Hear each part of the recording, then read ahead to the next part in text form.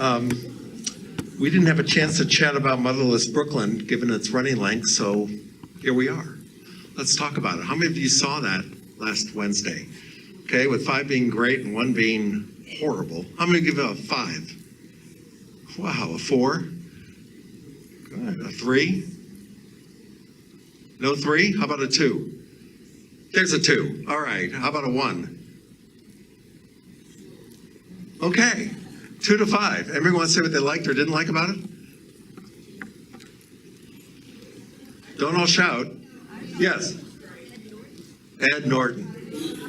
Is he the real deal or what? He directed, he wrote it, he produced it. He's the man.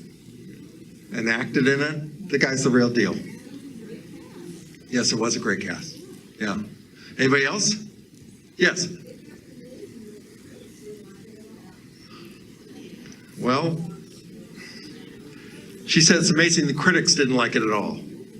I'll talk about that in a minute. Anybody else? Yes.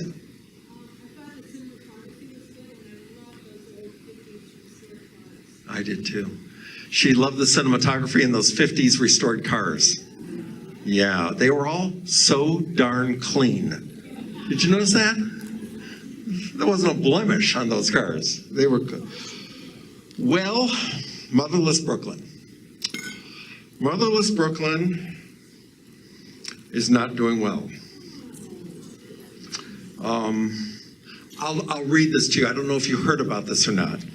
On March 22nd, 2018, while filming a scene from the film in a building in Harlem, a large fire broke out. And a firefighter by the name of Michael Davidson, age 37, died. The fire started in the, I'm reading this. The fire started in the cellar of the building, lower part, cellar of the building on 773 St. Nicholas Avenue, the former St. Nick's Pub, a Harlem jazz venue, at around 11 p.m. And 2 other firefighters suffered serious burns, while 3 civilians received minor injuries. The fire was blamed on a faulty boiler in the cellar, 1 floor below the film set. But, is that for me? But a fire marshal assigned to the case has blamed the film company, and there are now 4 lawsuits against the film company. That's strike 1. Now I'm going to tell you strike 2. You mentioned it. The press hated that movie. Now I'm going to tell you strike 3. The film died at the box office. It died a swift death. Not as deadly as the remake of Terminator, which is estimated to have lost $100 million from the production cost. But it was a total disaster. Why? Why? Why? Why did 2 people in our group after 20 minutes get up and walk out? Why? Why did the first person who commented to me after the film said these words? You're going to hear about it from people who really were upset with the length of this movie, but I loved it. Why? I think my feeling, my take, is that that was a film, Motherless Brooklyn, that you jumped in or you didn't jump.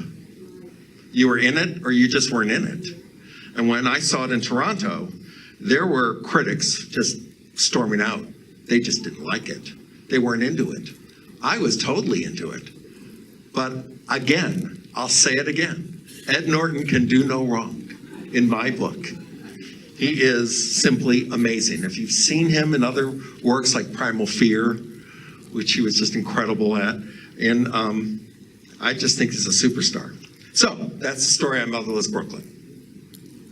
I will tell you that on Yulee on Tuesday and Motherless Brooklyn on Wednesday, we had one member who came up to me, oh, I love this, and said, Andy, after these 2 films, Those two alone were worth the cost of my membership.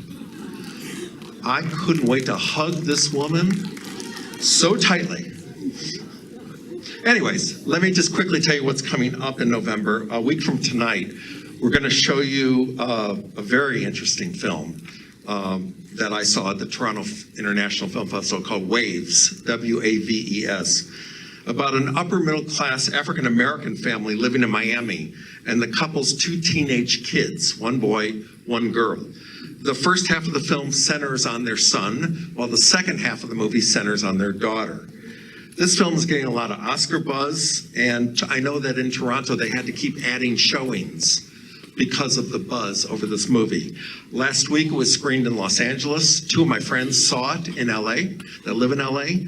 One told me he thought that film was simply fantastic, and the other friend said he is absolutely drained.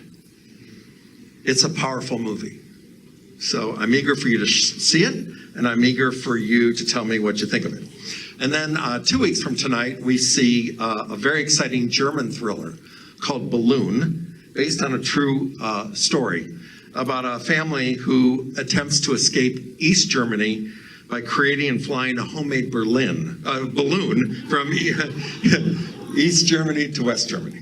Okay, now you are now about to see the film Storm Boy, and when you do, you will have finished viewing two films this season representing two of Australia's greatest writers. Last month you saw Breathe, written and narrated by famed Australian author Tim Winton, and today you will see the work of famed writer Colin Theale, one of Australia's most prolific, distinguished, and renowned children's authors, who was born in Udunda, South Australia. Come on, Andy. Although Storm Boy was his best-known work, he had about 90 books published in his lifetime, from fiction, drama, poetry, history, prose, environmental, and education. This classic family novel was made into a film in 1976 and updated with the version you'll see today. The story centers on Michael Kingsley, a successful retired businessman who starts to see images from his past that he can't explain, and forced to remember his childhood and how, as a boy, he rescued and raised an extraordinary orphaned pelican by the name of Mr. Percival. Now, as you watch this film, I want you to note the following. First off, the producer and director recognize that the themes of Colin Theale's source book are just as relevant, and in some ways more so today. As they say, the themes are universal. The story deals with friendship, with love, with family, loss, and hope. It also deals with ecological issues. It's not overplayed, but there is a message in that we need to look after what we hold dear for ourselves and for our future generations. Second, it features the great Geoffrey Rush. For the record, he is among only 22 people internationally who have been awarded the Triple Crown of acting: an Oscar, an Emmy, and a Tony.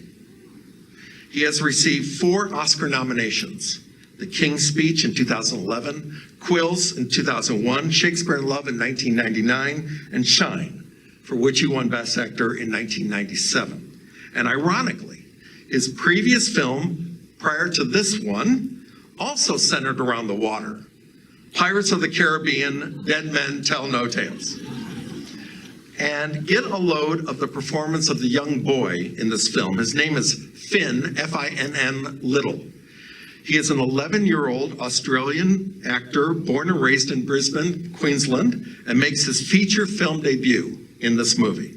The film's director had this to say about this young man: "He was an absolute discovery. I can't imagine how we would have made the film without him. He is Storm Boy. He's one of the most sensitive, open actors that I've ever worked with, young or old, completely in touch with his emotions. He's vitally robust and energetic, but has a very sensitive, almost fragile demeanor. It's a weird contradiction. He feels like a boy who could be running around this national park where they filmed it, climbing the sand hills, but at the same time, he wears his heart on his sleeve, and you feel his inner grief and sadness. Finally, a word about the pelicans in this movie. Of the pelicans' action and behavior on set, the producer said this: "We had to adopt the script to their performances, but their performances were amazing. We were only imagining what we might get on the page, but these are personalities. These are characters, and they brought so much more to it. People will, I'm sure, assume that we used CGI or computer graphics pelicans, and we did in a very few limited specific moments, but basically, everything you will see was real and it was spectacular. Reportedly, the training process of the pelicans went relatively quickly due to the high intelligence of the birds.